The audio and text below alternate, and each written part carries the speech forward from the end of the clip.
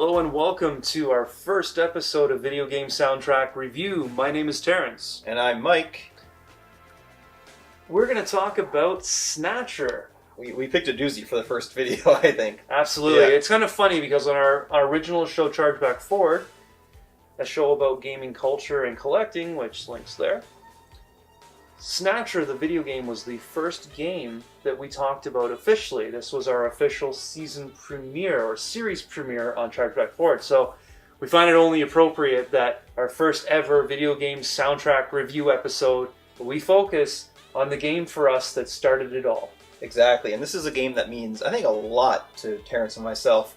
Not only the atmosphere of the game, but also the music, which is what this video is going to be about and how important it is to video game history, for that matter. Absolutely. This is a game that had such a complete soundtrack that while we were listening to it, we literally just listened to it.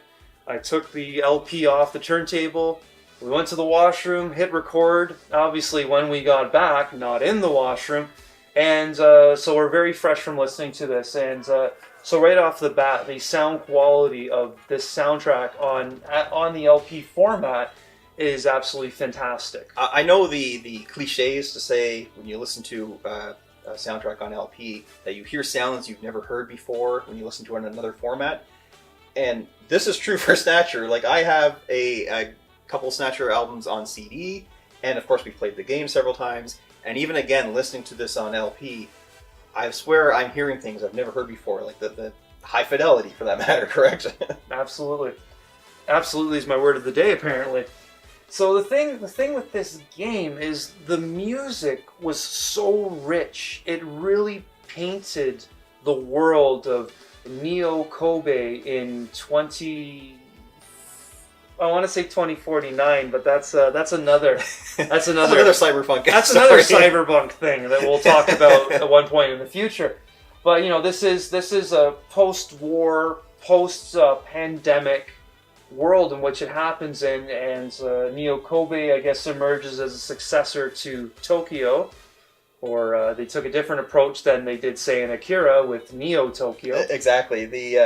Definitely Snatcher pays homage to many different influences, and Blade Runner obviously being a giant one, and including the music, as we found out as listened to it again, there's several tracks that are heavily influenced by the work that was done on Blade Runner. No, that's a good thing as well, because yes, Snatcher is a game that is heavily influenced based off of Blade Runner.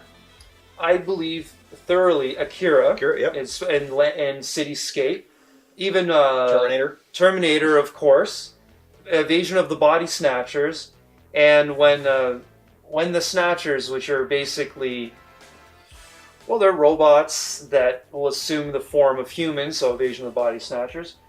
So their attack, they can open their mouths and shoot a projectile, like a flaming projectile from their mouth, and that has been seen previously in Bubblegum Crisis, something I haven't paid much attention to. I actually have never watched an episode of it, but I am familiar with that. So even with all those visual cues and takes from previous work, the music is actually something very unique because how it shapes the world you're in. It's so rich that when we were trying to come up with a short list of recommended tracks, it was more what tracks don't we like, ultimately, because so many of them were good, and so of those we have a very short list, but each track has a place, and one that comes to the top of my mind is, I'm going to get my trusty notes on the tablet here. So on side B, track 2 is Merry Christmas Neo Kobe. And this is a really kind of like hip jazz rendition. Jazzy is definitely the word I'd use. Like jazzy and kind of a abrasive jazz kind of sound to it. Yeah, of Jingle Bells, Yep. And it's... The best part about it is you listen to this music when you're in essentially a town square. Yes, think Times Square, if you know what New York's Times Square looks like, or Yonge and Dundas Square in Toronto. Very similar. And just having that music and just it's upbeat and uplifting, but at the same time there's a bit of mystery to it.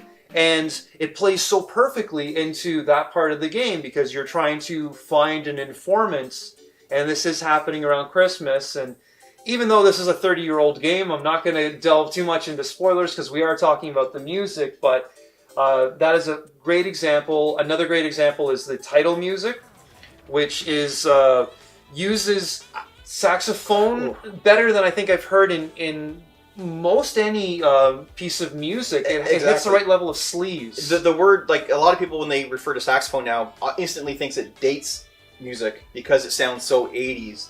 But sleaze is the perfect word to use, and it's not a derogatory term at all for this game. It's because the music is playing as they give a overscan of the city, and they show some things that are going on behind the scenes. And it really is, if you guys have seen Blade Runner and other cyberpunk movies, that's what cyberpunk is. It's technology, but not everything is perfect and wonderful like it is, like in, say, in Star Trek. Everything is kind of still rough, it's gritty, it's still dirty, it still relies on old technology to a certain extent. And this track kind of, it's I would say, I'm going to use the word is iconic for Snatcher. It's actually the track that I chose to record and share. So a quick little explanation of that. YouTube being YouTube, we can't share the glory of this music in its full measure in this video because it will be flagged and potentially even taken down, or revenue from advertising going to who knows who has the rights to this. Obviously, you can tell this is a physical purchase. Mike has the same copy as well. So, and over the years, we have purchased several different versions of the game as well. So it's not like Konami, who is the maker of the video game, hasn't gotten our money in the past. But when it comes to this, one thing we wanted to do was we wanted to share. Of course, you're not going to be sitting here with us listening to the music, but at least we can give you an approximation of what it sounds like. So, link in the description below. So we have a sister channel that we used to use previously, and we've resurrected for this sole purpose. So you get to see a nice, decent shot. You know, it's pretty much my turntable, a little bit of trickery in Final Cut Pro, and I clean up the music a little bit to make it sound palatable for hearing analog recorded digitally, that's really a conundrum because this is a digital soundtrack that was recorded for analog, and we listen to it analog, but you're going to be listening to it digitally. So check that out. It gives you an idea of how we're listening to it, and we want to share that with you. But this is definitely a soundtrack that if you're a fan of the game, we would highly recommend.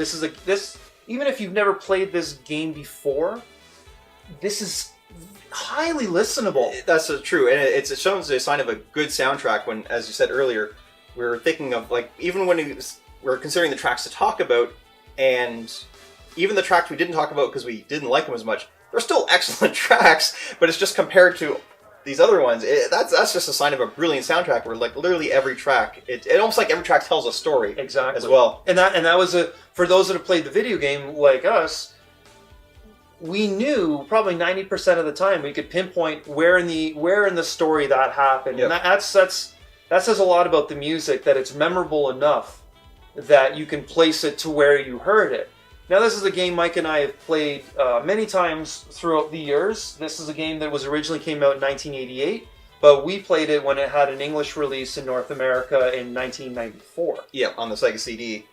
So, but this is a stellar listening experience if you're a fan of the game, if you're a fan of Blade Runner, if you're a fan of good music in general. A lot of synth on here, some very choice selections of music from like real. I don't want to insult synth because synth is amazing, but more traditional instruments as well, like the saxophone, harmonica, and there's the way the synth is performed as well. Like, think about it, like if you're younger and you don't remember synth music from the 80s, but there's a track called The Pleasure of Tension on Snatcher, which is basically, I always refer to it as the emergency track, because when all hell starts to break loose, they start playing this track. And if that track doesn't get your heart beating, even if you've never played the game before, I tell you, when I was first playing it and that track went off, I instantly, usually when I play a game, I like to take my time and do this and this, it really got the attention to like, I got to make these decisions really quickly. I got to figure something out really fast because that's the way the music is pumping through you right now. And that's how perfect it was, because in the game they wanted to evoke that emotion as well, where, oh, we are on a time limit. Bad things are going to happen. We need to solve it. So very successful in terms of translating, not even translating, but having that collaborative connection between the element of the visual medium, but also the interactivity and the heart and soul, which is the music. So this is a highly recommended soundtrack. The track that Mike was mentioning is on side A, and that is Pleasure of Tension 2, and that's track 5 on side A. So we have a list of 7 or 8 tracks that we'd like to recommend. We've mentioned 3 of them, which is the music with that really sleazy saxophone, which is the title screen music, and that is One Night in Neo Kobe. Then we have the one that you're talking about, Pleasure of Tension 2, and another standout track as well is the Merry Christmas Neo Kobe. We have about 8 tracks. I'm going to listen below in the description. Highly recommended you check out the entire album.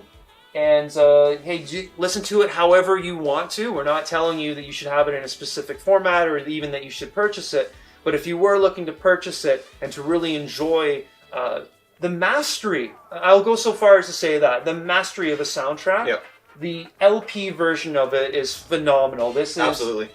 This is, even though this didn't cost an arm and a leg, this has a high spot in my collection, and I believe I'm speaking for you as well in yours. Absolutely, absolutely. It's still, to this day, one of my favorite soundtracks of all time, for any game, for that matter. And the ways we described it tells a story. Every track tells a story.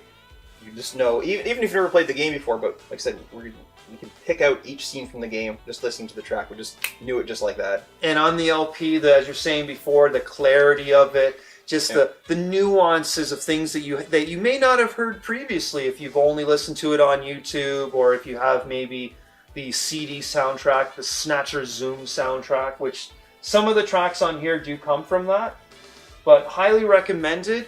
And that's all we have to say about the music portion of it. We have a couple things we want to talk about from the video game portion of it, but this channel is not for video games. So if you're interested in hearing us talk about Snatcher 30 years later, head over to Chargeback Forward. The description will be in the link below, and give that a shot. And until our next video, when we talk about another cool soundtrack, enjoy listening to music and enjoy the love and warmth that it brings to life. I know that sounds cheesy, but that is fundamentally true. Love and warmth is perfect.